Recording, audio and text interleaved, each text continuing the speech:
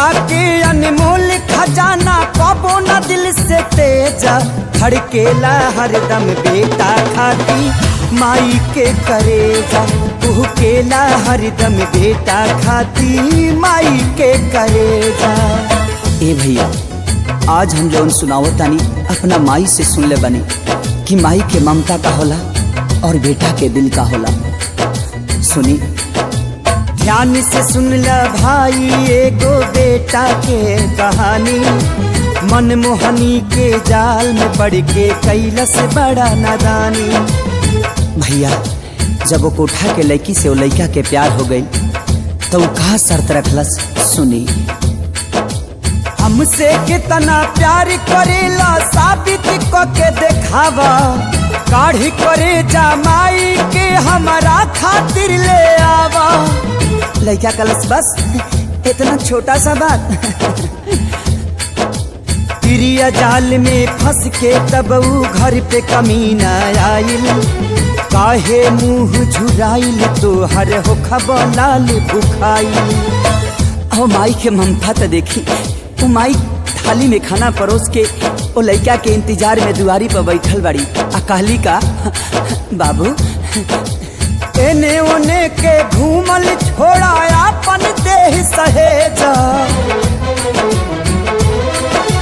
एने ओने के घूमल छोड़ा अपन देह सहेजा। कुहकेला हरदम बेटा खाती माई के करेजा, धड़केला हरदम बेटा खाती माई के करेजा।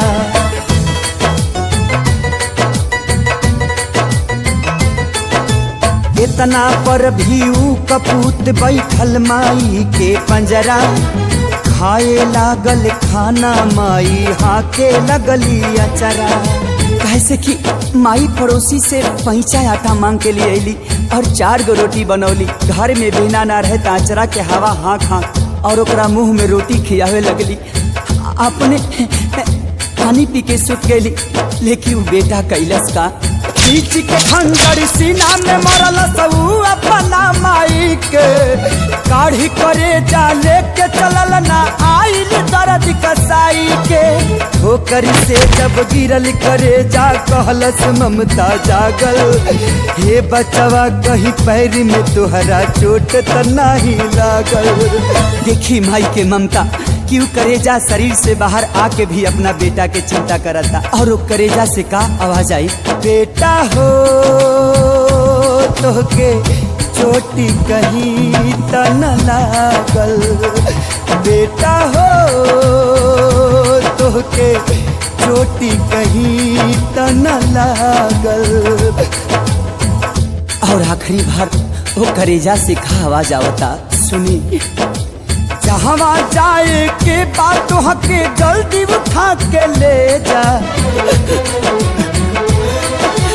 जहाँ जाए के बात हके जल्दी उठा के ले जा। तू केला हरदम बेटा खाती माई के करेजा, तू केला हरदम बेटा खाती माई के करेजा।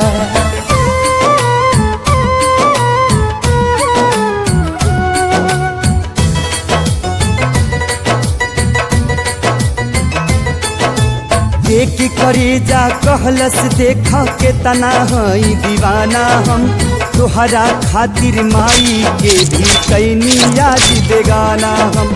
ठोकर मार के कहलस उल्टा कैसन बाड़ा लाल हो, हवस के भूख में पड़ के माई के कैला हालाल हो।